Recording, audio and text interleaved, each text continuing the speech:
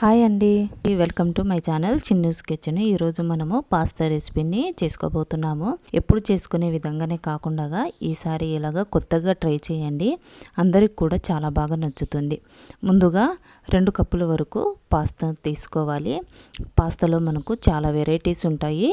ఇందులో నేను ఈ టైప్ ఆఫ్ పాస్తాను తీసుకున్నాను. 2 కప్పుల దాకా తీసుకున్న తర్వాత ఇవి మునిగేంత వరకు వాటర్ని తీసుకోవాలి. వాటర్ కాస్త ఎక్కువైనా పర్వాలేదండి. మనము దీనిని రైస్ని ఏ విధంగా అయితే ఉడికించుకుంటామో ఆ విధంగా ఉడికించుకుంటాం కాబట్టి మనకు వాటర్ ఎక్కువ అయినా కూడా పర్వాలేదు. ఇప్పుడు దీన్ని తీసుకొని స్టవ్ మీద పెట్టేసి పొంగు వచ్చేంత వరకు ఉడికించుకోవాలి. మధ్యలో ఒకసారి కలిపేసుకున్నట్లయితే మనకు ఎక్కడ కూడా అడుగున అంటుకోకుండా ఉంటుంది. ఇలా ఒక 10-15 నిమిషాల పాటు ఉడికించుకుంటే మనకు పర్ఫెక్ట్గా ఉడికిపోతాయి. వీడియోలో చూపిస్తున్న విధంగా ఉడికించుకున్నట్లయితే మనము పర్ఫెక్ట్గా ఉడికించుకోవచ్చు. ఫస్ట్ టైం చేసే వాళ్ళైనా కూడా ఈజీగా ప్రిపేర్ చేసుకోవచ్చు అన్నమాట. మరొకటి కూడా చూపిస్తున్నా చూడండి. మరీ గట్టిగా కాకుండా మరీ మెత్తగా కాకుండా ఈ విధంగా ఉడికించుకుంటే మనకు పర్ఫెక్ట్గా రెసిపీ అనేది రెడీ అయిపోతుంది. ఇప్పుడు దీనిని పక్కన పెట్టేసుకుందాము. మరొక పక్కన స్టవ్ పైన ప్యాన్ని పెట్టేసి అందులో 1 టేబుల్ స్పూన్ దాకా ఆయిల్ని వేసుకొని ఆయిల్ బాగా హీట్ అయిన తర్వాత అందులో సన్నగా ముక్కలుగా కట్ చేసి పెట్టుకున్న వెల్లుల్లి ముక్కలను వేసి ఫ్రై చేసుకున్న తర్వాత ఇప్పుడు ఇందులోనే సన్నగా కట్ చేసి పెట్టుకున్న ఆనియన్స్ ముక్కలను కూడా వేసి ఒక 2 నిమిషాల పాటు బాగా ఫ్రై చేసిన తర్వాత ఇందులోనే క్యాప్సికమ్ ముక్కలను కూడా వేసి 2 నిమిషాల పాటు బాగా ఫ్రై చేసుకోవాలి.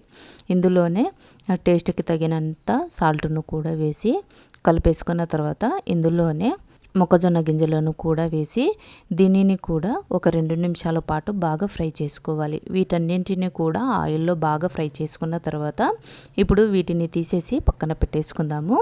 ఇప్పుడు అదే ప్యాన్లో 2 టేబుల్ స్పూన్ దాకా నెయ్యిని తీసుకోవాలి. 1 టేబుల్ స్పూన్ దాకా మైదా పిండిని తీసుకొని నెయ్యిలో బాగా ఫ్రై చేసుకోవాలి. ఇలా ఫ్రై చేసుకున్న తర్వాత 1 కప్పు దాకా పాలను తీసుకొని పాలలో మొత్తం మైదా పిండి కలిసే విధంగా బాగా కలిపేసుకోవాలి.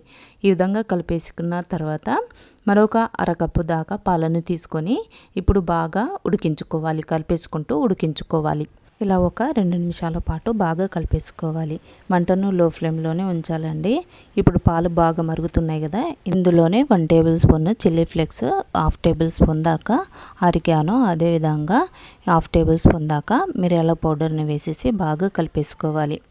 ఒక 2 నిమిషాల పాటు బాగా కలిపేసుకున్న తర్వాత ఇప్పుడు మనము ముందుగా ఫ్రై చేసి పెట్టుకున్న ఐటమ్స్ అన్నింటిని కూడా ఇందులో వేసేసి వీటిని కూడా ఒక 2 నిమిషాల పాటు పాలలో మొత్తం బాగా కలిసే విధంగా కలిపేసుకోవాలి. ఇప్పుడు ఇందులోనే కాస్త చీజ్ని గ్రేట్ చేసి వేసుకోవాలి. చీజ్ ఇష్టం లేని వాళ్ళు మనం స్కిప్ చేసుకోవచ్చు. వేసుకుంటే బాగుంటుంది కాబట్టి నచ్చిన వాళ్ళు వేసుకోవచ్చు. ఈ విధంగా ఒక 2 నిమిషాల పాటు దీనిని బాగా కలిపేసిన తర్వాత ఇప్పుడు మనము ముందుగా ఉడికించి పెట్టుకున్న పాస్తాని ఇందులో వేసి బాగా కలిపేసుకోవాలి. పాలలో మొత్తము పాస్తా అంతా కూడా కలిసే విధంగా కలిపేసుకోవాలి. ఇందులో మనము సాల్ట్ను చూసి వేసుకోవాలి. సాల్ట్ సరిపోయిందో లేదో చూసి వేసుకోవాలి. మనము ఉడికించేటప్పుడే మనము సాల్ట్ని వేసినాం కాబట్టి ఇప్పుడు కాస్త చూసి వేసుకుంటే పర్ఫెక్ట్గా సరిపోతుంది. ఇంకాస్త ఇందులో చీజ్ని వేసి కలిపేసుకుంటున్నాను. చీజ్ని వేసి కలిపేసుకుంటే మనకు పాస్తా అనేది రెడీ అయిపోయినట్లే అండి. ఎప్పుడు చేసుకునే పాస్తానే కాకుండా ఈ విధంగా ఒకసారి ట్రై చేయండి, చాలా బాగుంటుంది. ఇప్పుడు ఇందులోనే మయోనీస్ని వేసి బాగా కలిపేసుకోవాలి. ఈ విధంగా మయోనీస్ని వేసి కలిపేసుకోవడం వలన టేస్ట్ ఇంకా బాగుంటుందండి. లేని వాళ్ళు స్కిప్ చేసుకోవచ్చు. ఇష్టమైన వాళ్ళు వేసుకుంటే చాలా బాగుంటుంది.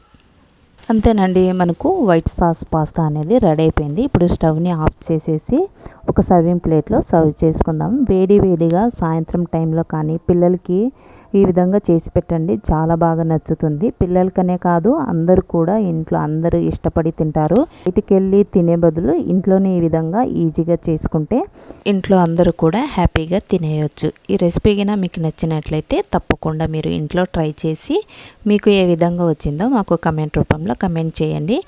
ఎవరైతే ఇంకా ఛానల్ని సబ్స్క్రైబ్ చేసుకోలేదో ప్లీజ్ ఛానల్ని సబ్స్క్రైబ్ చేయండి. ఇలాంటి మరిన్ని కొత్త వీడియోల కోసం మా ఛానల్ని ఫాలో అవ్వండి. ఇలాంటి మరొక కొత్త రెసిపీతో మళ్ళీ కలుద్దాం. Thanks for watching.